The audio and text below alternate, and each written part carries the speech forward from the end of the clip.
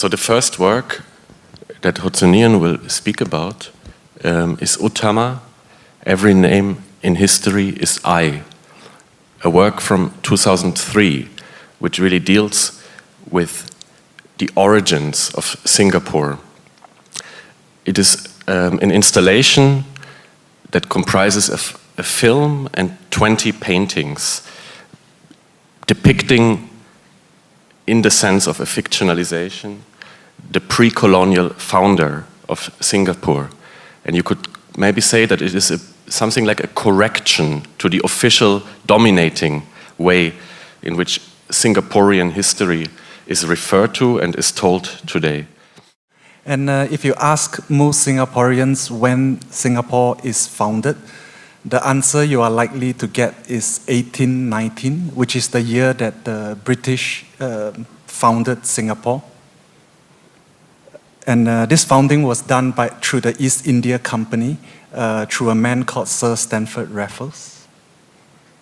So for most Singaporeans, there is nothing in Singapore before 1819.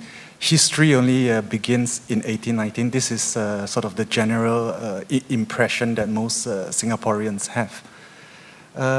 But with this first project that I was doing, one of the starting questions was what is there before 1819?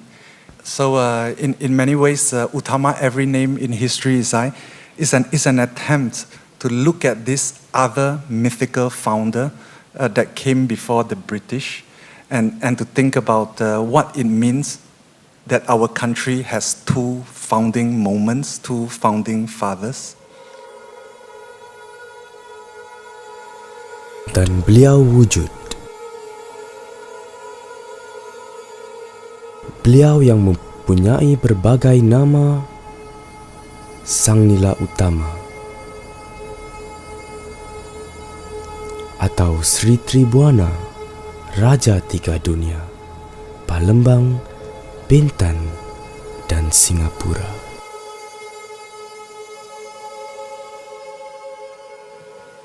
I guess as you could see from this short excerpt, it was not really your intention to just replace or complement the colonial founding father with yet another founding myth, a kind of monolithic, truer identity story, if you will.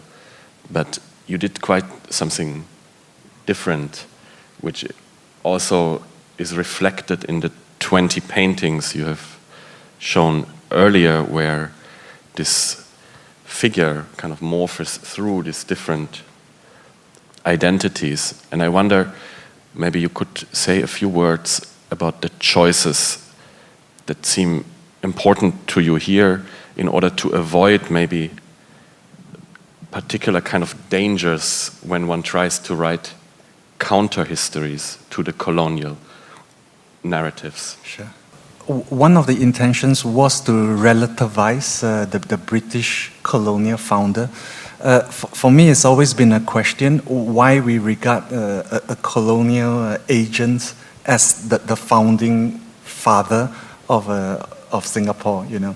So putting the spotlight or presenting Uttama was a way to relativize that. But at the same time, as you mentioned, I was also trying to avoid replacing one founding father with another. So at the same time that one questions the colonial founder, one also has to question his replacement, which is Sang Nila Utama, the pre-colonial founder. So sometimes I think that the project of Uttama was pretty much, on the one hand, providing information about this other alternative founding father, Sang Nila Utama, but at the same time, with another hand, to redraw or to question this figure. So in a sense, I think that the intention is one has to deconstruct Uttama at the same time as one is speaking about Uttama. I like very much the phrase, thinking through Singapore.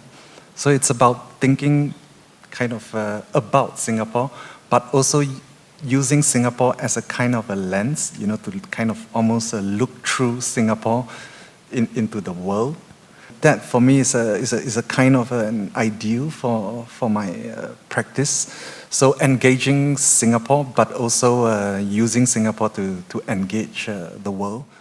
So you know, sort of thinking about Singapore as a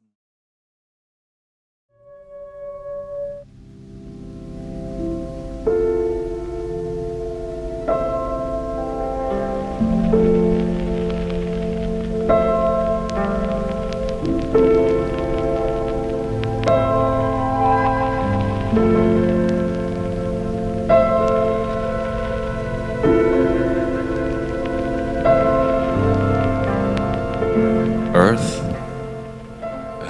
from 2009, also shown as a gallery installation, as a large projection, a 40 plus minute long film that comes with a soundtrack by Black to Com and consists of large long tracking shots to European history painting, to Caravaggio, among others, to Guéricault, to Delacroix, to very iconic images of the genre of history painting, again, perhaps through the lens that you have just described.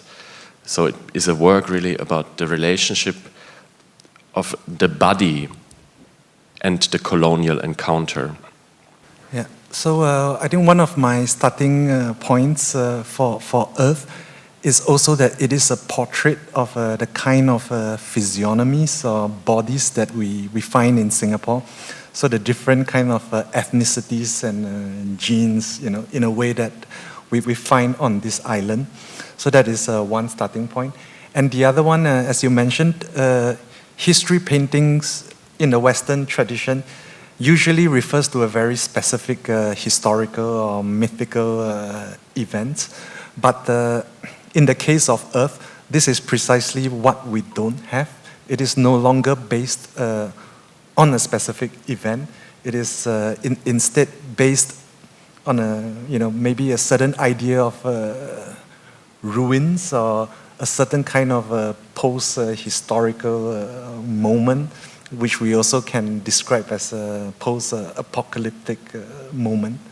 So a lot of the paintings that were part of Earth were all paintings in which something happens to the human body. So whether it is burnt by light, penetrated, reconfigured, rendered unconscious, the human body in different states of extremity. This is sort of the compositional starting point of the film. So you can see that the whole image is composed out of different fragments of history painting. So as Anselm mentioned, it is a way of thinking about the relevance of this tradition of history painting from the Singaporean perspective. And I think that has something to do with the setting of the film, the ruins or the catastrophic state. You know, sort of us thinking about this, the relevance of this, you know, tradition to us at this moment in time.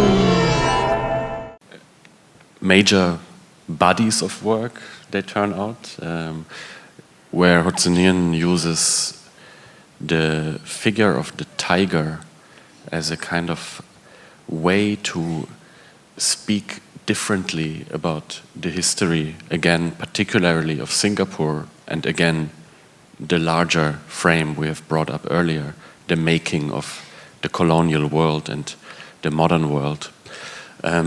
So the tiger as a way to address subterranean, perhaps, histories, but also tigers as a figure, maybe perhaps of a very strange way of thinking through almost a kind of justice, where that which is excluded or rendered extinct returns, right?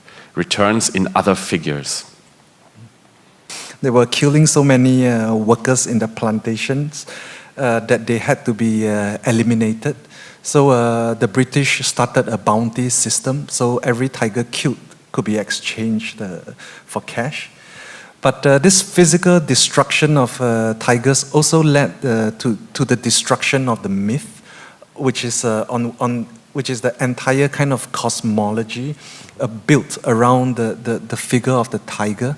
So for the people of the Malayan world, the tigers were always seen as a kind of a vehicle or a medium for ancestral spirits.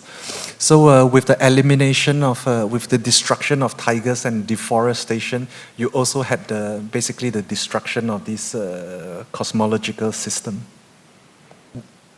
The project 10,000 Tigers in a way was kind of about this destruction, but also the return of the tiger in different forms. So if the tigers were annihilated by the British themselves, for example, were chased out of Singapore and Malaya during the Second World War by the 25th Japanese Army, who were led by this figure, General Yamashita, whose nickname was the Tiger of Malaya.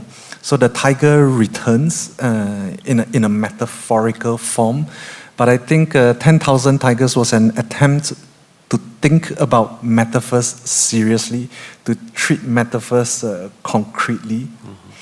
So 10,000 Tigers was a kind of an attempt to map these different kind of histories.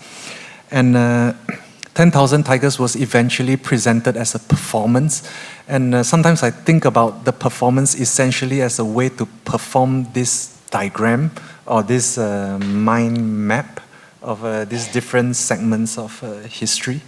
So this next image we are looking at is a sort of a compilation of sort of tiger iconography sort of related to these histories.